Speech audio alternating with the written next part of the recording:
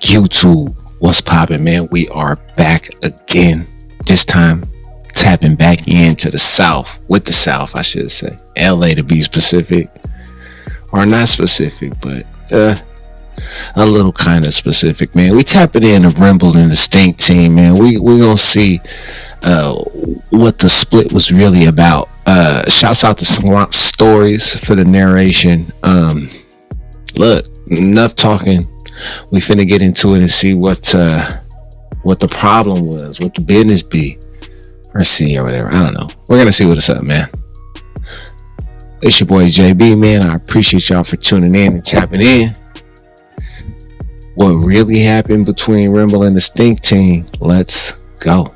Associated group of friends in San Pedro decide to host a late New Year's party. None of them are associated or affiliated with Dodge City, except that one of them is childhood friends with Kiko Loke, a Dodge City man who passed away just a year prior. He actually has a tattoo on his left shoulder that says "in loving memory of Kiko Loke." But anyways, the group of friends go to the nearby gas station to get some drinks, and that's where they run into a man named Danny Trejo and his group of friends. They all spark up a friendly conversation, and the guys end up inviting Andy. Swamp Story kind of funny. Is it Danny or Andy Trejo? Friends to their party. But little do they know these guys are San Pedro 13, but that shouldn't matter to them, or at least you think. So fast forward a few hours, everything is going well and the party is packed. A girl approaches the man with a tattoo on his shoulder and asks what it means. So the man rolls up his sleeve and tells her that it commemorates his friend named Kiko Loke. Andy Trejo overhears the conversation and walks up to the man. He says, "I didn't like that fool Kiko," and from there an argument starts. So the men go outside and talk it out. They tell Andy that they're not involved with Dodge City at all. So Andy says fair enough and both sides shake hands. One of the men named Michael Gutierrez taps Andy Trejo's friend on the shoulder to let him know that everything is good and they aren't Dodge City. But the man whose name is Hector Garcia felt disrespected for whatever reason and he takes it to another level. Bang. Interesting. Unfortunately, random incidents like this would continue to occur on a regular basis. Just a couple of years later, on October 15th, 2007, a 51-year-old father would lose his life just walking through his wife's neighborhood. The man had nothing to do with Dodge City, but San Pedro 13 wanted to send a message. And eventually, enough was enough, and many people began moving out of Rancho San Pedro for good. San Pedro 13 now control the entire area and peace has been made. Neither side will interact or cross paths and they will leave everything in the past. But sadly, Dodge City had no choice after everything they had gone through. By the end of 2007, Dodge City had pretty much disappeared for good, both because of San Pedro 13 and because of investigation. This is like random. Dodge City began making what does this money have to do with Stink Team? But I'm gonna assume. I think I've seen this already. I don't know where this is from, but I think I've seen this already. Basically, I think what's about to happen is basically this is the backstory to Remble and Remble's gang, from my understanding. For whatever reason, they made a strong connection with a small town called Zanesville, Ohio. That's a 33-hour drive, so you best believe it was lucrative for them to be going that far. And you might be wondering what they were delivering, and I'm not gonna say it, but you guys know what Ohio and the rest of Appalachia is known for. So for a few years, Dodge City would alternate about 20 people to go. What is it? Y'all let me know. Dodge City making plays. Delivering, and I'm not gonna say it, but you guys know what Ohio and the rest of Appalachia is known for. So for a few years, Dodge City would alternate about 20 people to go back and forth on these journeys. And along the way, they even added stops in Louisiana and Mississippi.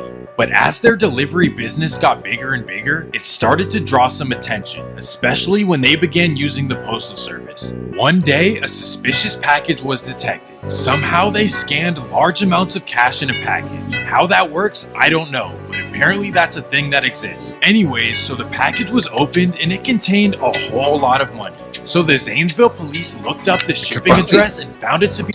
I'm thinking they could probably feel it in there, like somebody here and break it down, and I don't know. That's interesting. The residence of a man named Clarence Remble. This is when investigations began. On July 21st, let's run it back a little bit, y'all. the thing that exists. Anyways, so the package was opened and it contained a whole lot of money. So the Zanesville police looked up the shipping address and found it to be the residence of a man named Clarence Remble. This is when investigations began. On July 21st, 2005, 20 Dodge City men would go down for everything, and they had no idea what they were about to go through. Because this involved multiple states, it was handed over to the federal government. And like DJ Vlad always says, you are not winning anything against the federal government. And once again, Officer Vlad would be correct. Clarence Remble would receive a life sentence in 2006. Unfortunately, he left a 5-year-old boy at home. His son is named Unique Remble, and that perfectly describes who he is. Although he was born in San Pedro, Remble mostly grew up in Compton and South Central. He began rapping at the age of 16 and released his debut song, Fortnite, on YouTube. This caught the attention of many people in LA because he was rapping like a college professor while saying some of the hardest lyrics. His style even caught the attention of Blueface, who you can spot in his second song called Bang That. After this, he would freestyle over a Draco the Ruler beat and tag him in the comments. Once Draco saw the video, he DM'd Remble, and from there they were locked in. Remble joined the Stink team, and together him and Draco dropped Ruth Chris Freestyle, which took his career to the next level. But after... That's when I first heard of him, bro. Classic, bro. Classic. Together, him and Draco dropped Ruth Chris Freestyle, which took his career to the next level. But after Draco the Ruler passed away, everything would fall out between Remble and the Stink team. First, the Stink team became upset after Remble failed to attend Draco's funeral. Then secondly, they noticed that he recently followed YG on Instagram. So one of the Stinks would direct message Remble asking why he didn't attend the funeral. And Remble would respond saying that they never sent him the location. Then Remble would claim that the Stink team messed with people who dissed him. And this would prompt some Stink team members to go off on Remble on social media. They would claim that he was never in LA until he met Draco and all kinds of other accusations.